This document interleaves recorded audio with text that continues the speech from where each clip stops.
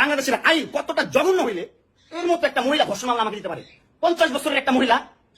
লাইলা মামুন থেকে আমাদের অনেক কিছু শিকার আছে। আপনি জীবনে দুইটা ভুল অতি সহজে করবেন না। নারীর পিছনে ছুটবেন তো আপনার টাকা সম্মান দুইটাই হারাবেন, টাকার পিছনে ছুটবেন তো আপনার যৌবন হারাবেন।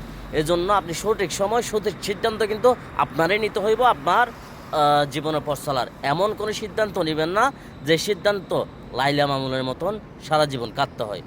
ধরেন যে আপনি অযোগ্য লোকের যদি একটা যোগ্য স্থান আইনা বসান, সেই স্থানটার মূল্য আপনি যে স্ট্রাগল করে যে এই স্ট্রাগল করে কষ্ট করে যে স্থানটা আসতে হয়, এটার মূল্য কিন্তু অযোগ্য লোকে কিন্তু বুঝবো না।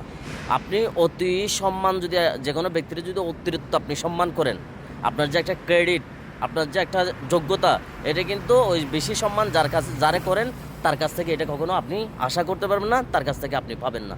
যেমন লাইলা মামুনের জীবনে যারা স্ট্রাগল করে এনে দিছে, এটা কিন্তু কখনো মামুনে পাওয়ার যোগ্য ছিল না। আবার মামুনও লাইলারে যে প্রতিষ্ঠানে বা যে যোগ্যতা অর্জন করে দিছে, এটা কখনো লাইলা এই অর্জনের আশা বা এই সম্মানী জায়গার যাওয়ার অর্থ ছিল না বা সময় ছিল না তার কাছে, বা এটা কখনো সে আশাও করে না। এখন যখন না চাইতে কেউ অনেক কিছু পাইয়া যায়, তাহলে এটা যে স্থানটার সম্মান যোগ্যতা, এটা কিন্তু দোনোটাই হারায়। তো এই জন্য বলবো, আপনি কেউরে অতিরিক্ত সম্মান দিতে যাবেন না, অতিরিক্ত ভালোবাসা দিতে যাবেন না। আর নারীর পিছনে তো টাকার পিছনে উজগুরের কোনো মানিয়ে হয় না। আপনি সময় মতো সঠিক সিদ্ধান্ত নেন, আপনার জীবনটাকে নিয়ে আপনি উপভোগ করেন।